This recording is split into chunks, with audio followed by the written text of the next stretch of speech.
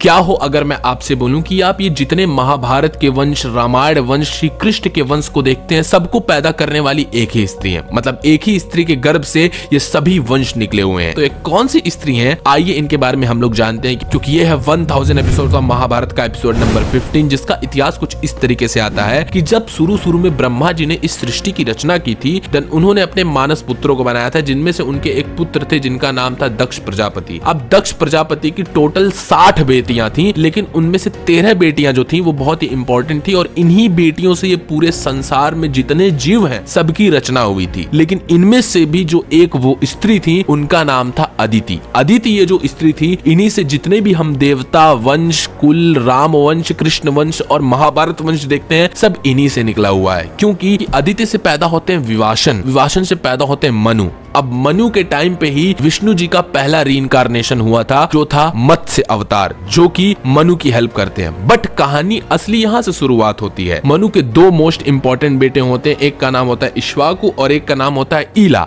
अब ये जो इक्ष्वाकु है, यही इक्ष्वाकु का जो वंश होता है वो आगे निकल के राम वंश बनेगा। जी हाँ, आपने सही सुना, यही इक्ष्वाकु का वंश आगे श्री राम के वंश को देगा, मतलब रामायण का वंश आगे इन्हीं से बनेगा। और वही जो ईला वंश है वो आगे निकलेगा श्री कृष्ण और महाभारत के वंश के लिए। और वो किस तरीके से निकलेगा, ये जानने के लिए महाभारत के शुरू से लेके अंत तक की आपको कहानी जाननी पड़ेगी, जो कि मैं 1000 एपिसोड में आपको बता रहा हूं। मेरे YouTube चैनल पे जाइएगा, प्लेलिस्ट में सारी वीडियोस आपको मिल जाएंगी, आप देखिए और इस सीरीज को फॉलो करिए। पूरे महाभारत की कथा मैं आपको बता दूंगा।